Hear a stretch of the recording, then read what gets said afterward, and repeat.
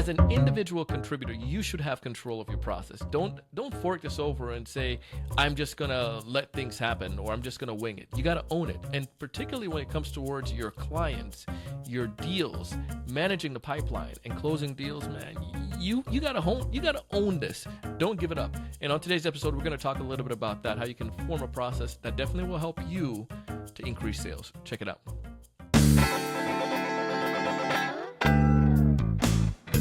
Hey, everyone. Welcome to another great episode of the Sales Evangelist Podcast. I'm your host, Donald C. Kelly, the Sales Evangelist, and I'm so excited for another great episode. I'm so excited to be here with you today. On this episode, I'm bringing back a guest that we had a little bit ago. His name is Moustafa Moursy, and today we're going to be talking about CRM, but not so much CRM in the traditional sense we did on a previous episode, but today we're going to talk about you, seller, what you can do, whether you work at a company where you have a formal CRM process or you have no CRM in place, but you got to have a system that you can follow. Don't just wing it anymore. If this is your first time listening to the podcast, know that the show is designed to do two things. One, help you to build pipeline and the 3 to 5x that pipeline. And two, help you to close deals and increase your close rate. If this sounds great to you, I want you to check out our sales mastermind. We have a mastermind where small cohorts of sales professionals, B2B sellers like yourself, who are coming together, getting insights, help on a weekly basis, having accountability and hitting their goals. Everyone set a goal that they're trying to accomplish. We work together to make sure that goal is micro goals. And over the course of that 3-month period, we help you to achieve that goal, to break through some of your challenges, overcome some objections that you're probably coming up against, or give you some strategies to help you to build pipeline. It's a fantastic group. Everyone that's done it has been successful, and we want you to check it out as well. Find more information at thesalesevangelist.com/mastermind. As we dive in, listen to how you can hone your own process as an individual contributor and see if there's 1 or 2 things that you can apply today. Check it out. Moustafa, welcome back, man. It's good to have you on the show again. Absolutely. Hey, thanks for having me, Donald. Love being here again.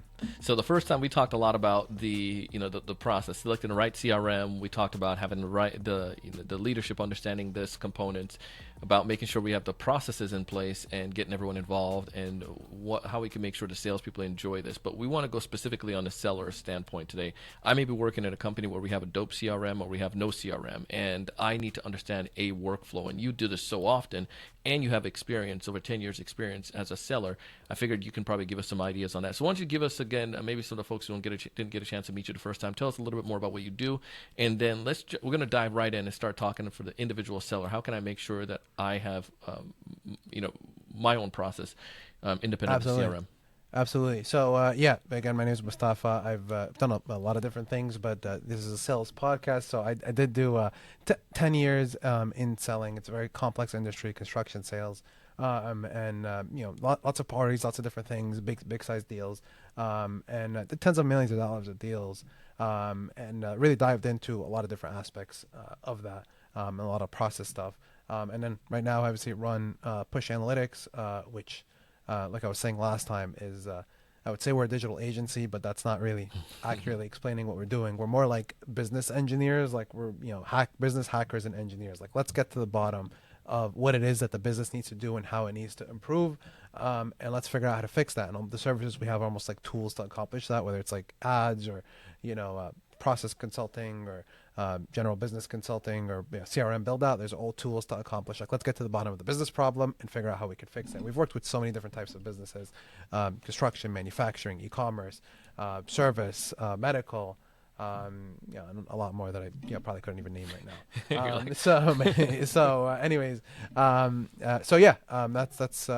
That's what we do, and we're top tier HubSpot partner as well. And that was actually one of the reasons they reached out to us, because they like that we have that very process centric, business centric, like actually getting to the bottom of things that we don't really have a lot of partners that know how to do this. And can you guys be a partner? So.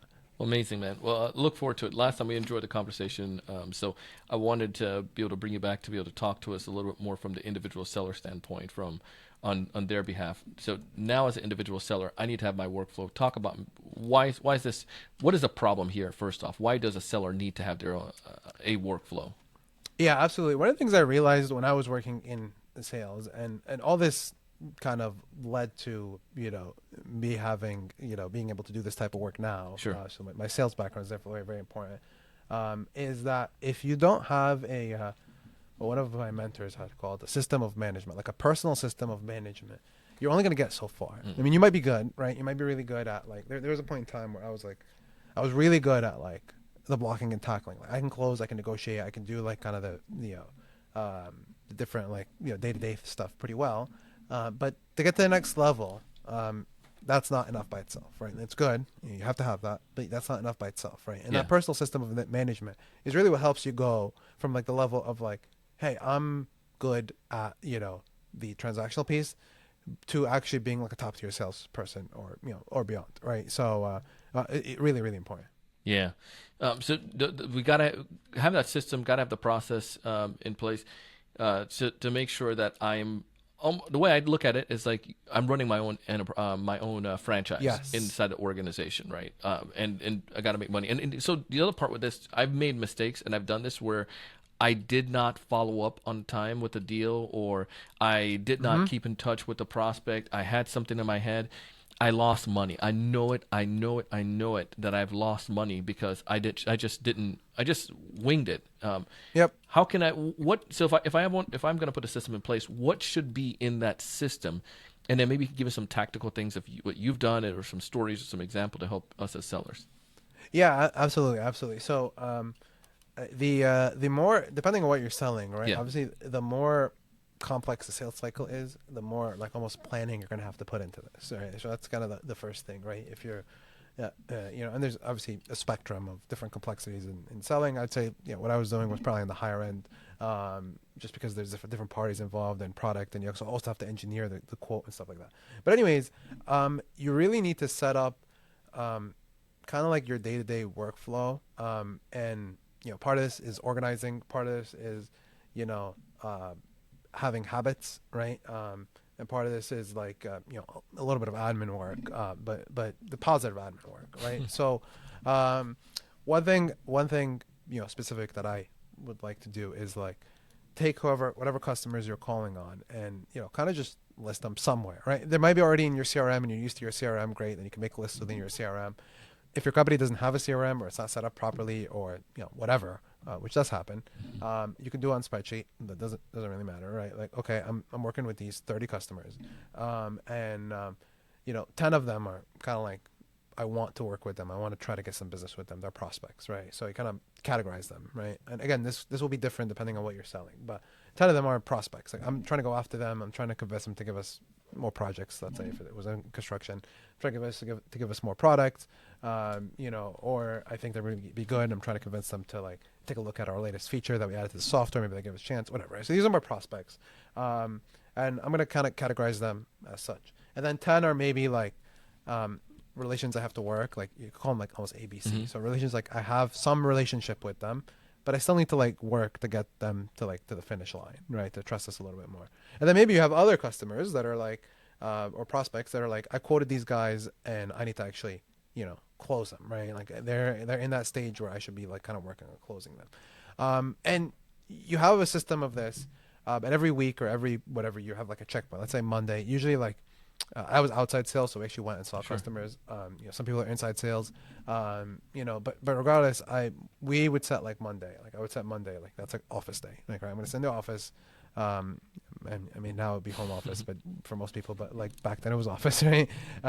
Back then being like I know, right? Ago. It seems like it was ages. It's like pre-pandemic. Yeah. I know. It's not that long ago, but yeah, pre-pandemic feels like a different like era almost. It's like BC versus like AC or when something. When did you go into sales? I went into sales post-pandemic.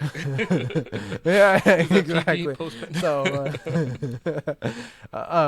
but honestly, I would actually think if you do have an office that you can go to, it probably is nice to do this in an office. Like honestly, even if you work in a home office, I would say Monday is a good time to be in an office because you really want to focus on like laying out the foundation for the rest of the week, right? So you're gonna you guys say like, okay, what customers am I need to call on? Okay, I'm gonna have, let's say Tuesday is gonna be like my day for like, I'm gonna hit all my prospects. I'm gonna either go see them or call them or whatever. I'm gonna call all my prospects, and we kind of lay it out that way. And then these jobs I got to follow up on. So let me follow up on these jobs. These are hot. Let me follow up on these like kind of right away. There's gonna be reactive stuff that comes in. That's fine. You're gonna deal with that as it comes.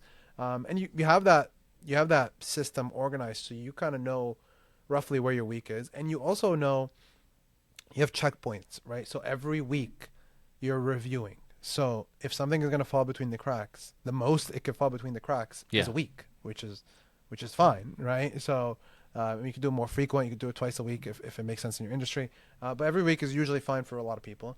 So yeah, every week you have like this checkpoint, and this checkpoint really helps keep you on track, which is really, really important. Because a lot of times you're like, I'm a good rep and I remember things, and you probably are, and you know what? But things get busy, and you know if yeah, like when I was doing it, you know, I might be like, I'm really good.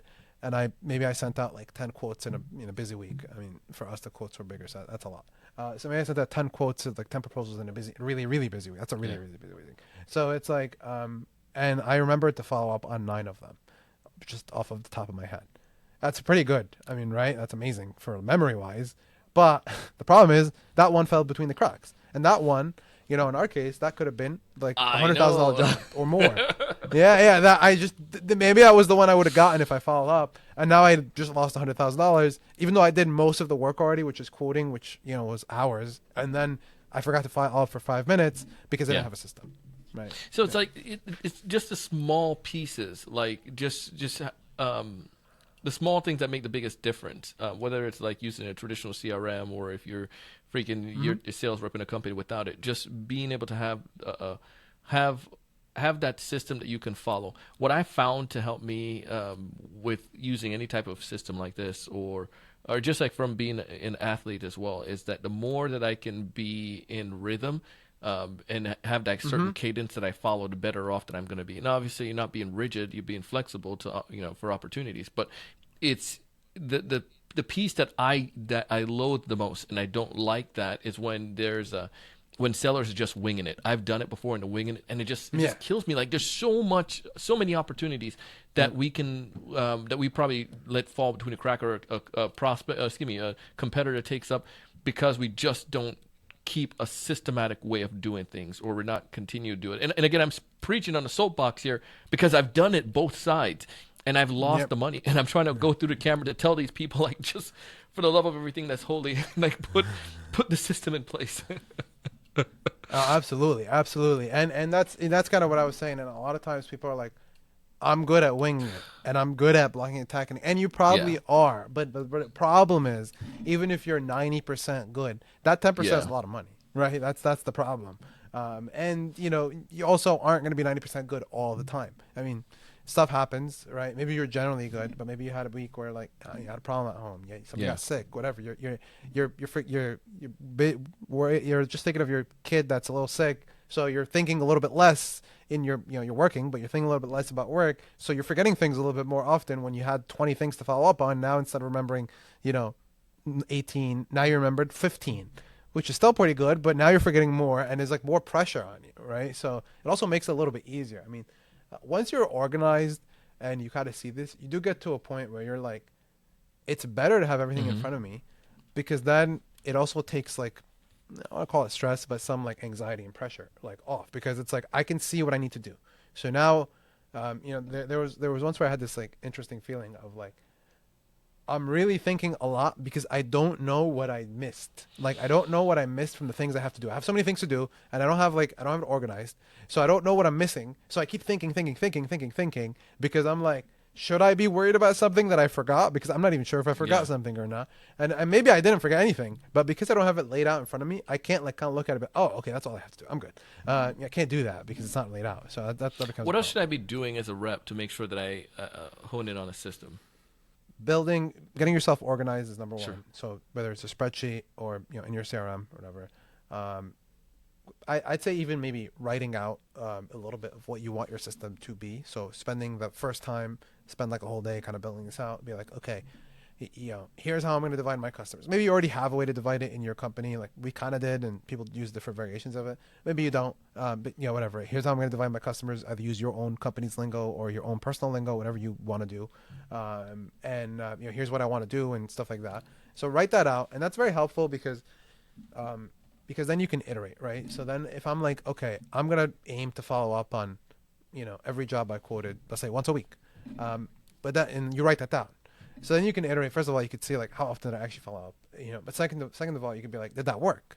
Because maybe I follow up once a week, and maybe People are like, dude, there's no update. Like it takes like it's a 3-week sales cycle or 4-week sales cycle. There's no update for you in a week, right? Or maybe it was the other way around. I followed up and it was like I need to follow up a little bit more because once a week is maybe too little, right? But you can write it, and then when you come in to do a review later, or like every month, right? Then you can be like, okay, is this working? Is this not? So kind of organizing what whether within your tools, either spreadsheet or CRM, writing out what your plan is and what your definitions are, and then building the habits to sustain that, right? Because you can organize everything. You can sit down for like 2 days, organize everything, write down everything, and then not do anything. Like you can, and that the habits are really important. That's why I say something simple like every Monday I'm going to sit down and look through my system, right? But you got to make a simple habit that you can actually stick to, because that's what really binds it all together. It's almost like people forget when they have meetings, so we have calendars. So people started putting stuff on their calendars, but you still have to have the habit of checking your calendar. If you don't check your calendar, then it's still meaningless, right? All right. And I mean, sure, you could be like, well, now we have notifications on the phone, but if you don't check your notifications, then it's still meaningless, right? So yeah, I mean, you have to build that habit. And again, it could be as simple as like, if let's say you're used to checking your calendar, you block off time and you say, hey, this is like sit down time to check the system, right? But you have to build that habit. Yeah, it's really important. Amazing. Love that. So one, we have to recognize it. Two, maybe outline a system. Do you have you mentioned yours, but I mean, maybe there's a template that you have that some folks can like hit you up on or download when it comes towards like if I want a basic system. You kind of give us a little bit of outline here already. Yeah. That's interesting. I mean, I don't because it does really vary. Okay. I don't have one now, but maybe we can actually put something together and share it, and we can either update the recording or the like just a link on the bottom. Definitely, we can get that to you guys. And throw something. As we get ready to wrap up here for the sales rep, anything else that I need to be aware of as a seller to make sure that I'm following a system, that I have a system in place? Any other tools of the trade that helped you? Tools wise, I mean, it again, it depends. Your CRM can be very helpful, me, especially if it's set up tools, properly. Yeah, tactics. Okay, gotcha. I mean, really getting a pulse, and you gotta have to get a pulse on your specific industry, but getting a pulse for like what works in your industry is really important. And then trying to build a system around it. And one thing actually that is really helpful, like a tactic, is like whatever you're trying to sell, take somebody in your company that's really good at it, right? Maybe it's a new product, maybe it's whatever, maybe it's a product you sell already. But take somebody who's really good at it. And be like, hey, can I used to do this, like, can I shadow you? Can I go out with you? Because, again, we were outside sales. Maybe you're not. Maybe you're inside. Maybe you're not going outside. Whatever. Maybe you can shadow them on calls or something, like on a Zoom call or whatever, right? So, or watch a recording or whatever, right? But can I shadow you? I want to just watch and understand, like, how you do things.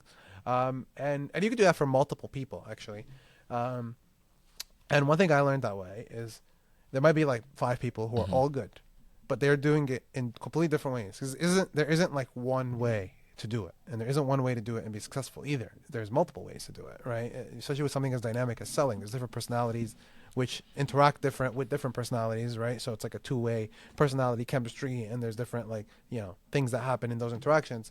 You can kind of see that and start to categorize in your head and be like, okay, I picked up this thing from this guy. I picked up this thing from this guy. I'm going to try this. I'm going to try this. I'm going to try this. And you can build your system around it. And we had people who would lean towards different strengths, and that's fine. And you understanding what they're leaning on and what you can lean on is really important. Like somebody would be like, let's say, really, really good at the product, so they maybe lean in on that like a little bit more. Maybe they're not as social, like for example, right? And then somebody else is maybe like super social, really, really good at like just getting the customers excited, but maybe not super good on like technical side. So maybe they lean that way. And then somebody might be like a mixture of, whatever, right? If somebody's good at like keeping in touch with people, like, hey, he's always out there and like people like this person, so they trust them. So they'll lean towards their strengths. And it's interesting because you can pick that up and you're like, okay, there's a path for me to be successful here by leaning on the technical side a little bit, which maybe I like, or there's a path to be successful this way. But I would say shadowing people, really, really good. Yeah, if you can get people if you can shadow people, I would see what works for them, adopt it, and more fit your needs. If that. Yeah, that helped me like tremendously. Like when I started, I mean, I was fortunate enough to have like a super good sales team. All the people were very competent, like in the office I worked at. And they're all very helpful too. So I like would shadow different people, would learn from different people. I remember like somebody once spent like an hour explaining to me something simple. I asked like about one part number and like one part, and he actually explained like the details of it. He picked it up, and it was like really Yeah. good. I still remember it. So having that like good foundation is really helpful. And again, at the time I was like newish, but you could also be like, even if you're experienced in sales or you're experienced in something, don't feel like, but I'm too good to do this. Like, no, I mean like the second you kind of stop learning is, you basically like kind of stagnate and intellectually die essentially. So it's like it's fine. I mean, you might go with somebody and like 70% of what they're doing is like, okay, I already knew that, but then it's like, first of all, that's affirmation, like, okay, it is working for them, so that's good, so this part does work, so it's another data point. But second of all, you're still going to pick up something small, like, okay, they did this a little bit differently. I never tried that. Maybe I'm going to try it, or you know what, that wouldn't work for me. But the other guy did something that I think would work for me, fits my personality better. I'm going to try that. So that's really Love really it. important. This is awesome stuff, man. If folks out there listening want to get in touch with you and to learn a little bit more from you, what's the best way for them to go about doing so?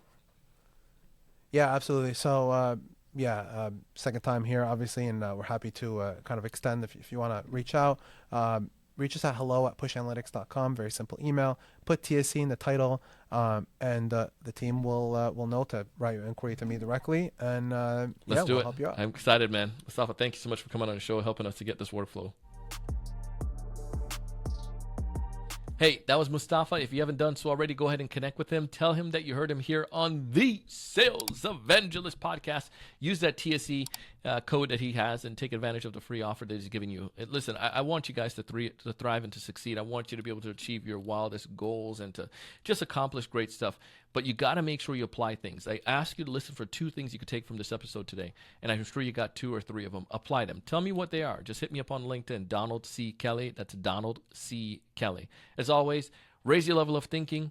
Go out, do big things. Take advantage of our mastermind and our sponsors. They have amazing offers for you. Our mastermind, they're small groups of sellers just like you and me to get a chance to practice, hit our goals, hit our numbers, and to find success. One of the guys in our last mastermind, he's been on for every mastermind I've had. And when you ask him why he comes back, he says, because it's needed. It helped me so much. One of his most recent rounds in a mastermind, he talked about how he was able to hit his goals, but was also exceed his pipeline and his quota just because he was in a mastermind. We helped him to be able to triple the deal size. And it's amazing what can happen when you have accountability and people in place to guide you and help you to overcome some objections. So if you want to check out the mastermind, see how it can help you, go to theSalesEvangelist.com/mastermind. As always, want you to thrive, want you to succeed, raise your level of thinking, go out and do big things. See you on the next one.